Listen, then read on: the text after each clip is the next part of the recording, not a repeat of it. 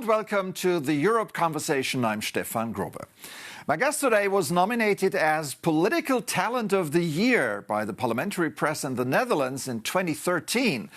Living up to that nomination, he spent a decade in the Dutch Senate and House, served as finance and foreign minister before joining the European Commission. I'm very excited to welcome the European Commissioner for Climate, Net Zero and Clean Growth, Wopke Hukstra. Thank you, Commissioner, for coming on the show today. Thank you very much for having me. Let me start with a personal question. You are the father of 4 children. Now, to what extent does that inspire you in your fight for more climate protection? Well, in any case, it means I always have a lot to explain back home because they ask about my work. Not only our generation is preoccupied by climate change, but certainly also the kids in school. And they have turned into quite fanatic recyclers back home. That is very good.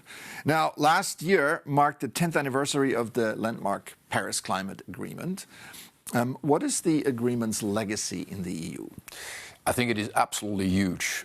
It is probably the most important thing we have done as humanity in setting out the course going forward. So, of course, there is a lot of pushback. Of course, there is more needed. Of course, the damage that we have in front of us is really dramatic. And at the same time, Paris is a beacon and has really shaped the behavior of the last 10 years. And will continue to do so going forward. Now, you mentioned it. Today's reality is that climate policy, the EU Green Deal, is under pressure, under political pressure. How do you feel these headwinds, and how do you cope with them? I mean, I think there are 2 things at the same time. Indeed, in some cases, there is a bit of pushback. At the same time, what people do realize is that the combination of climate, of competitiveness, and of independence truly is hugely important. And we experience that, of course, today with the horrible energy crisis. We already had a very good climate objective to get rid of fossil fuels and move into renewables and nuclear and electrification. There was also already a very good reason to do that just for financial reasons, because energy in Europe simply is too expensive.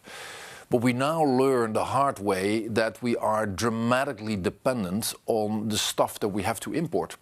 We are at the mercy of international affairs, and we cannot allow that. We cannot expose our citizens and our companies to this type of a vulnerability, so that we need to change. You were in Colombia recently for the first ever global talks to accelerate the shift away from fossil fuels. What did this conference achieve? So what it brought together was a group of like-minded countries that want to double down on accelerating.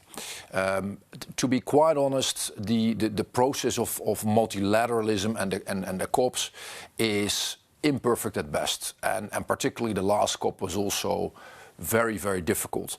So we need to change that system and at the same time be realistic, because if some people want to spoil it, that is possible, because it is a system that lives by unanimity. So bringing together a group of countries with more ambition, a coalition of the willing, if you will, I think is a fruitful way forward. I think it is testimony to the success that the organizers, Colombia and the Netherlands, managed to pull that off this quickly. And it is now up to this group to see what we can do more together going forward.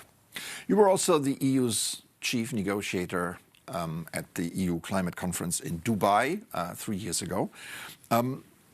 I want you to tell us a little about the atmosphere in the rooms.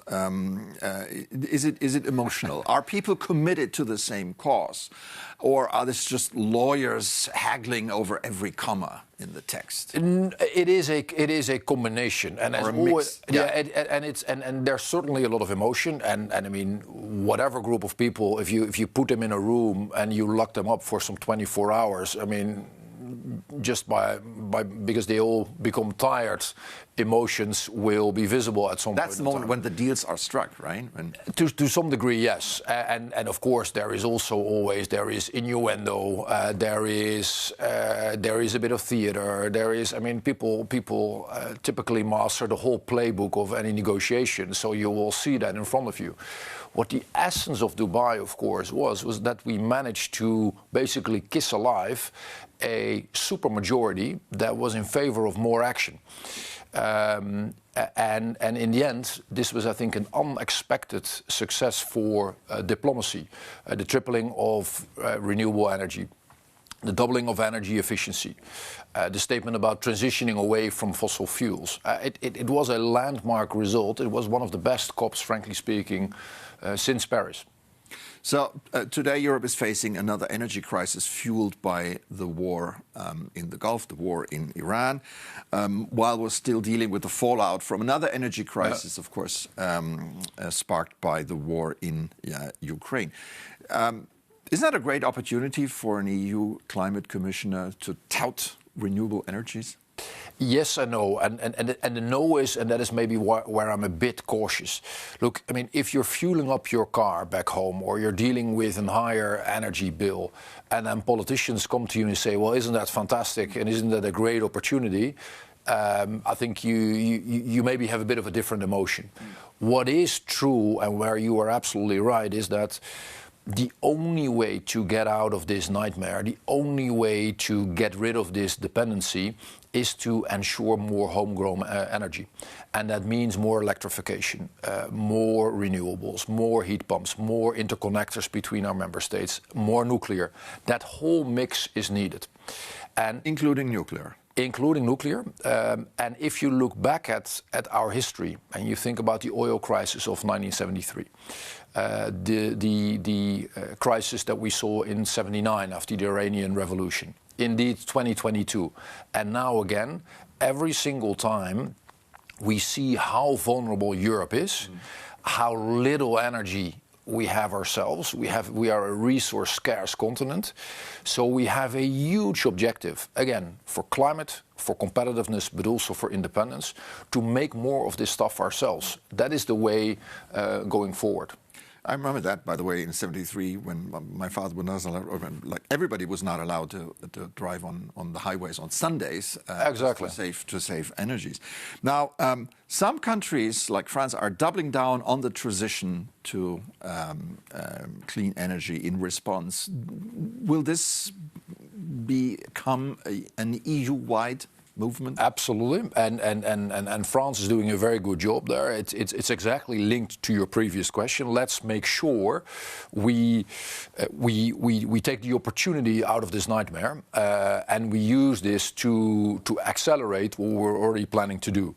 And again, if you think about these previous events, so 73, 79, and 2022, every single time, our response has been positive in the sense that we have realized that we had to become more independent. At the same time, I think the lesson is also that after every previous crisis, we actually should have been more radical. We should have been more forward-leaning, and that is what we need to do now. The world is full of geopolitical turmoil. It could well be that this is not the last episode. And we owe it to our citizens and our companies that we're not gonna, confront them with higher prices during the next crisis. Whether that is in 3 years or 5 years or 10 years, no one knows. We have to solve this. On the other hand, some of the world's greenest countries that are endowed with fossil fuel resources, such as the Netherlands and Denmark, are eyeing more drilling in the short term. What do you make of this?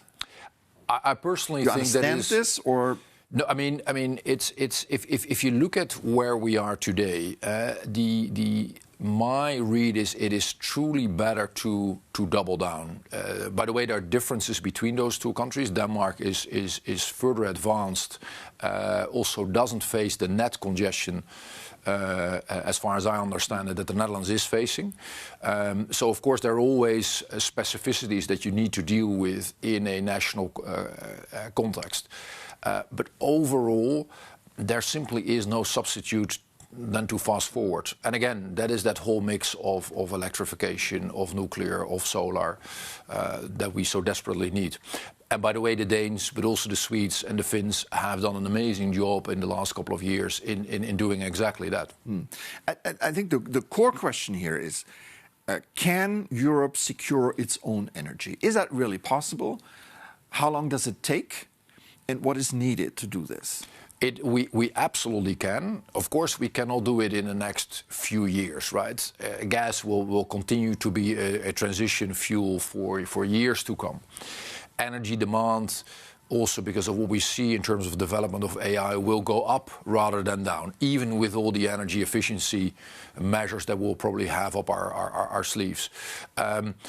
But the more independent we become, the more homegrown we become, the less vulnerable we become. So even if you have a bit of a, let's say, long tail of fossil fuels, then that in any case is way better than the current situation, where we're just heavily dependent on the oil and the gas that we get from outside. We truly, and I said it before, we are at the mercy of others. And of course, it was smart to get rid of Russian gas, but we replaced that by, well, maybe a bit more renewables, but also by dependency on American LNG, Qatari LNG, and LNG from others. Is that a completely safe bet? Well, I guess we have second thoughts about that, right? Just look at what is happening across the globe, and even those who might not get their LNG going through the Strait of Hormuz are still very vulnerable because these are global markets. Now, the overall political goal in this town has become improving European competitiveness. To what extent is this putting you and your portfolio under pressure? I mean, we just need to open the newspapers. We rarely read about climate issues because there's so much else going on. But how do you deal with this? Do you feel this, and how do you try to argue against it? It's really things that go hand in hand, because if you think about competitiveness and you think about what are the veins of our industry, it's energy. And the reality is that our companies, and particularly, of course, heavy industry that are very dependent on energy, are being confronted with very high energy prices compared to the Americans, but also others.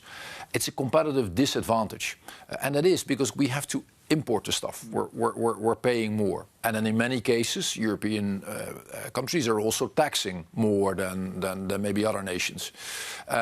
So that is a complicated mix, and that is exactly the reason why we need to fast forward this transition. Where I'm absolutely with those companies is that alone, fixing the energy problem alone, is not going to be enough. We will need to do much more to embark on truly a single market for capital, for people, and so on. We need to radically simplify because, frankly speaking, we have made life too difficult for our companies. And what about the infrastructure? Because we talk about transition, etc. Infrastructure comes to mind, and I'm thinking of a charging station for cars, for instance. This is what every consumer in the EU feels. Now, it's still the case that I think 3/4 of all charging stations in the EU are based in the Netherlands, Germany, and France. Why does it take so long? Are the others just deaf, or what's going on? You're absolutely right. We have more homework to do, and that shows that there is also clearly an opportunity, but also an obligation for member states to do more. Here's the good news, and indeed, the countries you were mentioning, I would add the Scandinavians to that list that have the most electrified car park of all. Well, certainly Norway. Which is let's say not yet a member of the European Union. Let's not tease them too much. I'm a huge fan of the country, but they're also indeed they have a truly electrified car park. What is the good news? If you look at the type of cars that now already are being put onto the market in terms of radius, in terms of quality of the engine, in terms of how quickly they can load, we are in a completely different dimension than we were some 4 or 5 years ago.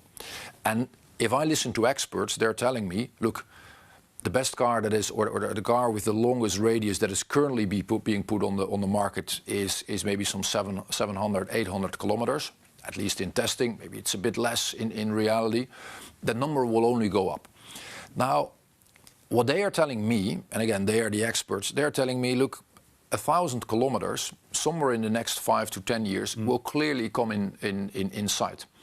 If that is the case, that gives you a completely different picture in terms of what your loading infrastructure would need to look like. Because of course you would need more quantity, but you would not need it maybe at every corner of the street. So I think we're up for a lot of positive surprises in this specific domain. Okay, who says infrastructure also says grids. Where are we here right now? There's also some sort of, problem. Are the grids strong enough? Yeah, I mean, we have an awesome amount of work ahead of us. Let's just be very honest.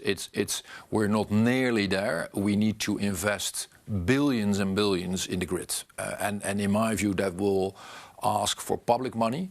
But I think we need to be unorthodox. We also need to allow semi-public or private money. Think about pension funds and other large investors, because the amount of money we'll need is simply so large.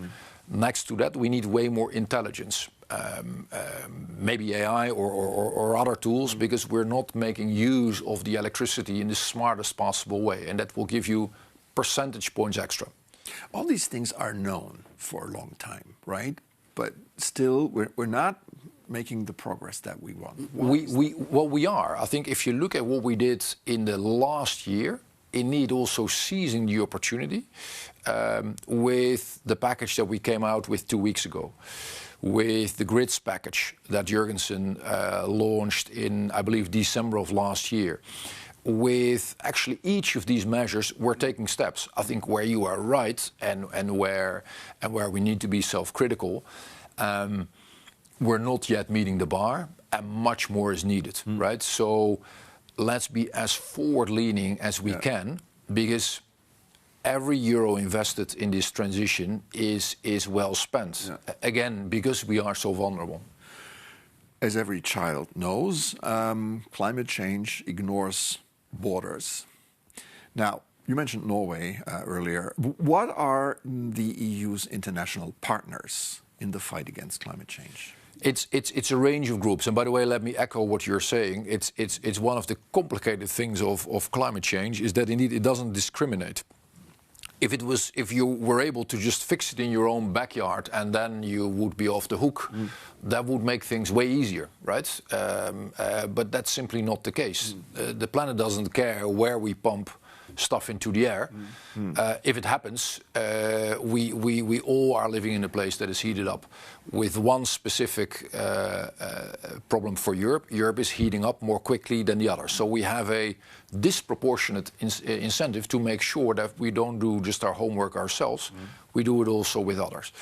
That is where the partners come in, and there are various groups, and we try to build bridges all over the world. But clearly, first, there is the group of, let's say, Norway, Canada, Australia, the UK, with whom we work very closely together, given that they are so like-minded. Secondly, we also work together very closely with our friends from Latin America, hence the conference of last week. And it is not a coincidence that there was a European and a Latin American country that were organizing it. But also more broadly with the Global South. If you think about the small islands, our friends in Africa, our friends in Asia, the success of the conference in Dubai that you just mentioned, at the heart of that was that we managed to create this supermajority that crossed the north-south divide. And that is, I think, the name of the game going forward. You did not mention our friends in the US and in China. I guess it's a little more subdued. Well, they're in different categories, right? So with the Americans, we worked exceptionally closely together, John Kerry in particular, in Dubai. In Baku with John Podesta, his successor. But the reality is that Americans have checked out on this topic, and that is, I mean, it's very unfortunate. Yeah. But I have to take the world as it is, not as I would like it to be. All right, fascinating conversation. Wopke Hukstra, EU Climate Commissioner. Thank you so much for your time. Thank you, sir. Thank you.